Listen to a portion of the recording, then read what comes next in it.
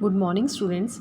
Electrical measurement and instrumentation में आज हम पढ़ेंगे induction type of wattmeter. Wattmeter का यूज़ किसी भी इलेक्ट्रिकल सर्किट के अंदर पावर मेजरमेंट के लिए करते हैं। इंडक्शन टाइप ऑफ वाटमीटर का यूज़ हम एसी सर्किट्स के अंदर पावर मेजरमेंट के लिए करते हैं। Induction type of wattmeter induction type of ammeter और वोल्टमीटर की तरह ही इलेक्ट्रोमैग्नेटिक इंडक्शन के प्रिंसिपल पे वर्क करते हैं। बेसिक डिफरेंस क्या है induction type of ammeter voltmeter और इंडक्शन टाइप ऑफ वाटमीटर में, कि इंडक्शन टाइप ऑफ अमीटर और वोल्टमीटर में तो एक ही कॉइल होती है, जबकि इंडक्शन टाइप ऑफ वाटमीटर के अंदर दो कॉइल्स होती हैं। इन दो कॉइल्स की वजह से दो फ्लक्सेस प्रोड्यूस होते हैं और उन दोनों फ्लक्सेस के बीच में हम फेज डिफरेंस जनरेट करके डिफ्लेक्टिंग टॉर्क प्रोड्यूस करते हैं। In the shaded pole type induction instrument, we intentionally create two flux of different phase to produce deflecting torque. Instead of using single electromagnet with the shaded pole, we use here two different electromagnets. Therefore, these two electromagnets generate two different fluxes of different phase. In this way, we can also be able to produce deflecting torque in the system.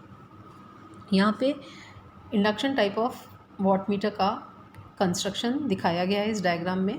यहाँ पे हम देख सकते हैं induction type of wattmeter के अंदर दो electromagnets हैं, एक सीरीज़ मैग्नेट और एक शंट मैग्नेट। सीरीज़ मैग्नेट जैसा कि नाम से ही है, इसमें जो कॉइल लगी हुई है उसके अंदर जो करंट फ्लो हो रहा है वो लोड करंट के प्रोपोर्शनल है और ये सर्किट के सीरीज़ में कनेक्टेड होती है, इसलिए हम इसे सीरीज़ मैग्नेट कहते हैं।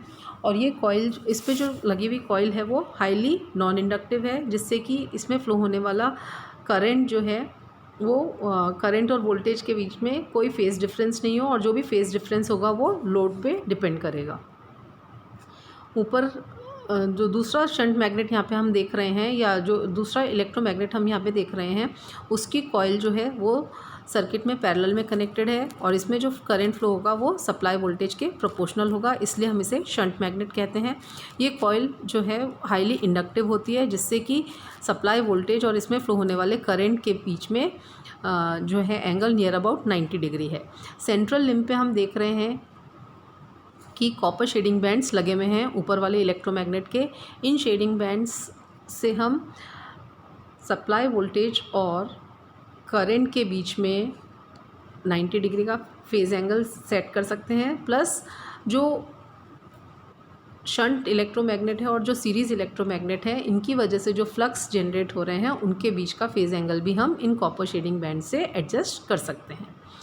प्लस हम देख रहे हैं कि इन दोनों इलेक्ट्रोमैग्नेट्स के बीच में एक लाइट एल्यूमिनियम की डिस्क जो है वो सस्पेंडेड है। ये एल्यूमिनियम की डिस्क इन दोनों फ्लक्स को काटेगी, और जब ये इन दोनों फ्लक्स को काटेगी तो इस एल्यूमिनियम डिस्क के अंदर एडी ईएमएफ्स प्रोड्यूस होंगे, उनकी वजह से एडी करंट्स प्रोड्यूस होंगे। तो जो शंट मैग्नेट का एडी करंट है वो सीरीज़ मैग्नेट के फ्लक्स से इंटरैक्ट करके एक टॉर्क जनरेट करेगा। इसी तरह से सीरीज़ मैग्नेट का एडी करंट जो है वो शंट मैग्नेट के फ्लक्स से इंटरैक्ट करके दूसरा टॉर्क जनरेट करेगा, और रिजल्टेंट टॉर्क हमें इन दोनों टॉर्क के डिफरेंस से मिलेगा, जिसकी वजह से ये एल्यूमिनियम की डिस्क घूमेगी। इसी प्रिंसिपल का यूज़ हम यहाँ पे कर रहे हैं।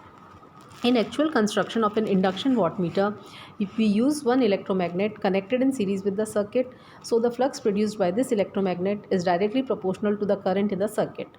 Now we connect another electromagnet in parallel with the circuit, thus the current proportional to the voltage of the circuit produces another flux in this second electromagnet. We place a lightweight circular aluminum disc in between these two electromagnets. Fluxes of the two electromagnets produce eddy currents in the disc. The interaction between eddy currents with the fluxes produces deflecting torque in the instrument. There are 2 or 3 copper rings fitted on the central limb of the shunt electromagnet. Due to this arrangement, the flux created by the shunt magnet lags 90 degree behind the circuit voltage. Constructional types of induction wattmeter. On the basis of construction, there are 2 varieties of induction type wattmeter. Construction के according हम देख सकते हैं दो तरह के induction type of wattmeter होंगे। पहले कंस्ट्रक्शन में तो यहाँ पे आप देख रहे हैं कि जो शंट इलेक्ट्रोमैग्नेट है उसमें 3 लिम्स हैं। साइड वाली लिम्स पे तो वोल्टेज कॉइल लगी हुई है और सेंट्रल लिम्ब पे कॉपर शेडिंग बैंड्स लगे हुए होते हैं, और सीरीज़ मैग्नेट में हम देख रहे हैं 2 लिम्स हैं जिसके ऊपर करंट कॉइल लगी हुई है। In one variation the shunt electromagnet has three limbs. There are here two side limbs hold the voltage coil and the central limb holds the copper coil. On the other hand, the series electromagnet has two limbs. Both of the two limbs hold the current coil. Second construction में हम देख रहे हैं कि series electromagnet जो है उसमें 3 limbs हैं. सेंट्रल लिम्ब पे करंट कॉइल लगी हुई है और जबकि शंट इलेक्ट्रोमैग्नेट में 2 लिम्स हैं. इस इलेक्ट्रोमैग्नेट के योक के ऊपर तो वोल्टेज कॉइल लगी हुई है और पोल फेसेस पे कॉपर शेडिंग बैंड लगा हुआ है. In the second variation of induction wattmeter, series electromagnet has 3 limbs. The central limb holds the current coil, whereas the shunt electromagnet has 2 limbs. Here the yoke of the electromagnet holds the voltage coil. The pole faces have come closer. These two pole faces together are surrounded by a single copper ring. Next हम लेते हैं working principle of induction type of wattmeter. Let us consider voltage V in the circuit. Voltage is the circuit voltage, I is the circuit current. The angle between V and I is theta. यहाँ पे phasor diagram दिखाया गया है induction type of wattmeter का. यहाँ पे हम मान लेते हैं V को रेफरेंस मान लेते हैं और V क्या है, सप्लाइड वोल्टेज है और I जो है सर्किट में फ्लो होने वाला करंट है और इन दोनों के बीच का फेज एंगल हमने एज्यूम कर लिया है theta. This flux will be in phase with the current I. Sorry, phi SE is the flux created by the series electromagnet. This flux will be in phase with the current I. Phi SH is the flux created by the shunt electromagnet. The flux phi SH lags behind circuit voltage V by 90 degree. हम यहाँ पे देख रहे हैं series electromagnet में जो current flow हो रहा है उसकी वजह से जो फ्लक्स प्रोड्यूस हो रहा है वो phi SC है और ये current flux phi SC I के फेज़ में ही रहेगा.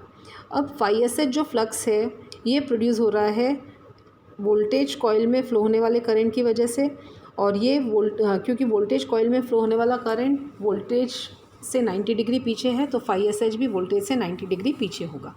The flux phi SE of series electromagnet induces EMF ESC in the disc. This EMF causes the eddy current ISC in the disk. We can assume that the disk is fully resistive. The eddy current ISC caused by induced EMF ESC will be in phase with that EMF. So see that the eddy current ISC also lags the current IB by 90 degree. हम देख रहे हैं कि ये जो flux phi SC है ये aluminium disc को जब काटेगा तो उसके अंदर एडी करेंट्स प्रोड्यूस करेगा, एडी EMF प्रोड्यूस करेगा ESC और इस एडी EMF की वजह से उस एल्यूमिनियम डिस्क में करंट फ्लो होगा, एडी करंट फ्लो होगा ISC. अब हम मान लेते हैं कि ये एल्यूमिनियम डिस्क हाईली या प्योरली रेजिस्टिव है तो जो करंट एडी करंट और एडी EMF है इसमें कोई भी फेज़ डिफरेंस नहीं होगा, दोनों सेम फेज़ में होंगे जो कि यहाँ पे डायग्राम में दिखाया गया है और ये करंट I से 90 डिग्री पीछे होंगे. इसी तरह से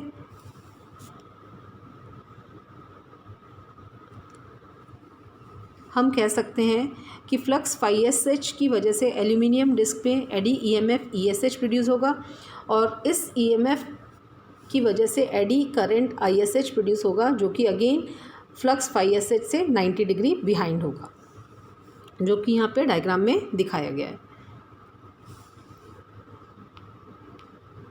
अब हम देखते हैं कि टॉर्क हमें कैसे मिल रहा है.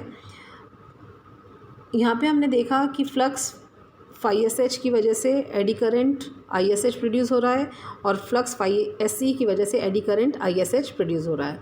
तो ISH eddy current flux phi SE से इंटरेक्ट करके एक टॉर्क प्रोड्यूस करेगा और इसी तरह से ISE eddy current phi SH से इंटरेक्ट करके दूसरा टॉर्क प्रोड्यूस करेगा और हमें रिजल्टेंट टॉर्क मिलेगा. तो अब हम टॉर्क का एक्सप्रेशन देखते हैं हमें कैसे मिलेगा. The torque produced by the interaction of current ISC and flux phi SH will be equal to T1 will be equal to K into ISC into phi SH into cos theta, where cos theta क्या है, इन दोनों के बीच का angle ISC और phi SH के बीच का.